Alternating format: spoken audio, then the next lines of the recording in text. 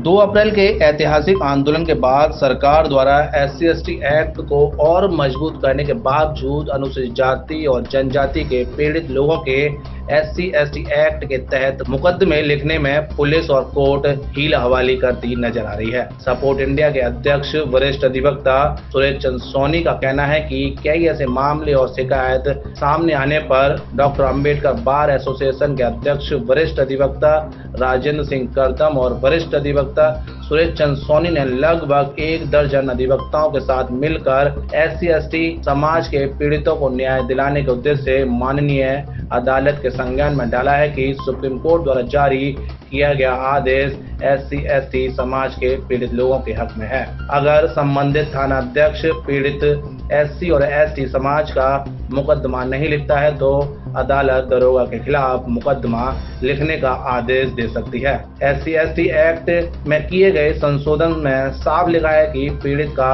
SC/ST act में मुकदमा लिखा जाए। मैं सुरेश चंद्र सोनी एडवोकेट, अध्यक्ष सपोर्ट इंडिया, और मेरे बराबर में जो बैठे हैं ये डॉक्टर अंबेडकर बार एसोसिएशन के अध्यक्ष हैं श्री राजेंद्र कुमार करदम। काफी दिनों से एक अफरा तफरी का माहौल बना हुआ था अधिवक्ताओं और न्यायालय के बीच में, और विभिन्न जिलों से भी ये खबर आ रही थी कि अब 156(3) का प्रार्थना पत्र, जैसे कि कोई पुलिस मुकदमा नहीं लिखती अनुसूचित जाति का, तो वो व्यक्ति न्यायालय की शरण में आता है, और न्यायालय भी 156(3) के प्रार्थना पत्र को नहीं सुने और कंप्लेंट केस को नहीं सुने तो फिर दलितों का तो लंबे पैमाने पर उत्पीड़न हो जाएगा।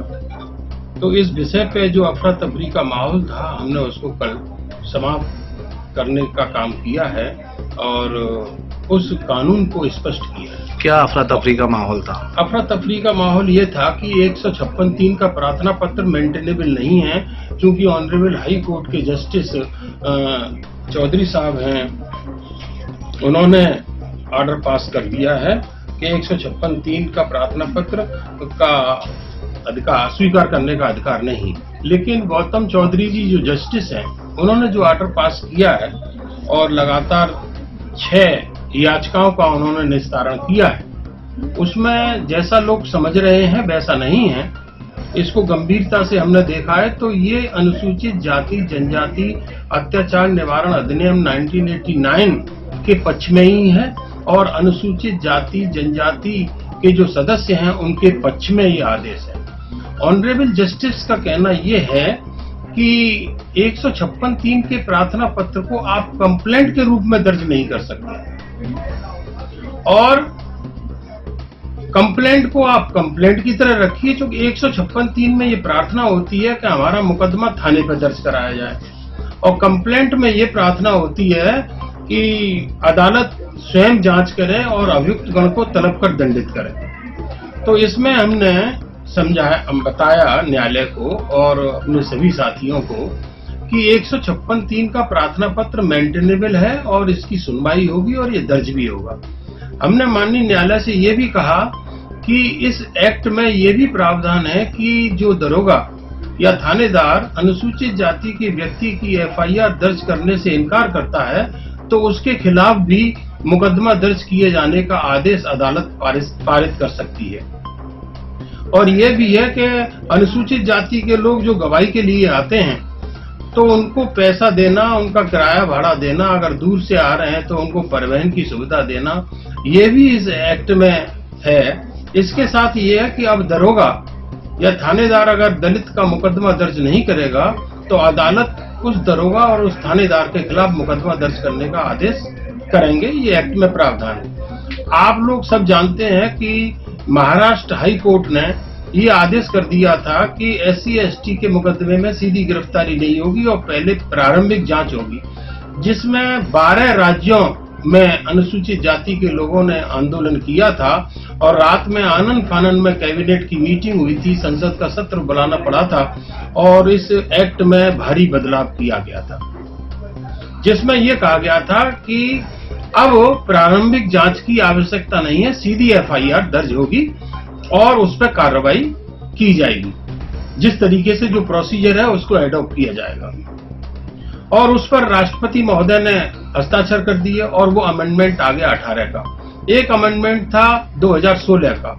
तो अब स्थिति ये है कि ये पहले से ज्यादा मजबूत हो गया है ये एक्ट 2 अप्रैल 2018 के आंदोलन के बाद। तो अब इसका कोई भी व्यक्ति गलत इंटरप्रिटेशन नहीं कर सकता कि मुकदमा दर्ज नहीं होगा। मुकदमा 100% दर्ज होगा अनुसूचित जाति के लोगों का, कि अब अगर पुलिस दर्ज नहीं करेगी तो अदालत दर्ज करेगी और अदालत उस थानेदार के खिलाफ भी कार्रवाई करेगी। एक ऑनरेबल सुप्रीम कोर्ट ने पृथ्वीराज चौहान बनाम यूनियन ऑफ इंडिया में ये आदेशित किया है कि फुल बेंच, सुप्रीम कोर्ट की फुल बेंच ने ललिता कुमारी बनाम उत्तर प्रदेश राज्य में जो गाइडलाइंस जारी की हैं उनको अधीनस्थ न्यायालयों को फॉलो करना पड़ेगा। और उसमें ये आर्डर है कि अगर संज्ञेय अपराध बनता है तो वो एफआईआर दर्ज कराना मैंडेटरी है, जबकि SC/ST एक्ट की तो हर धारा संज्ञेय है। तो वो कानून भी इस पर लागू होगा जिसका जिक्र पृथ्वीराज चौहान बनाम उत्तर यूनियन ऑफ इंडिया में किया गया है। तो अब अनुसूचित जाति के लोग ज्यादा सुरक्षित रहेंगे। इसके अलावा ये है कि अब एक जो प्रशासनिक अधिकरण होता है उसका गठन अभी आगरा में नहीं हुआ है और उसका गठन होना चाहिए। ये हमने जज साहब से मांग की है कि जो भी एक्ट में प्रावधान दिए हैं उनका कड़ाई से पालन होना चाहिए और अनुसूचित जाति के जो लोग हैं जिनमें अफरा तफरी मची हुई है और वो परेशान है कि उनका मुकदमा नहीं लिखा जाएगा, मेरा ये कहना है कि वो बिल्कुल ना घबराएं, ना चिंतित हों। एक्ट के अनुसार और ऑनरेबल सुप्रीम कोर्ट के अनुसार, ऑनरेबल हाई कोर्ट इलाहाबाद के अनुसार जो है मुकदमा दर्ज होगा। छत्तीसगढ़ हाई कोर्ट ने जो ऑर्डर किया था उसको पलट दिया गया है। पश्चिम बंगाल हाई कोर्ट ने जो ऑर्डर पास किया था उसको भी सुप्रीम कोर्ट ने पलट दिया है। तो जितने भी राज्यों ने अब तक अनुसूचित जाति जनजाति अत्याचार निवारण अधिनियम में जो भी कार्य किए हैं या उनकी रिपोर्ट को दर्ज करने से रोकने की बात की है, उन सारे आदेशों को सुप्रीम कोर्ट ने पलट दिया है और वर्तमान सरकार ने इस एक्ट को ज्यादा प्रभावी बना दिया है। तो मेरा निवेदन अपने लोगों से यही था कि वे घबराएं नहीं, परेशान नहीं हो, उनके मुकदमे दर्ज होंगे और कार्रवाई भी होगी।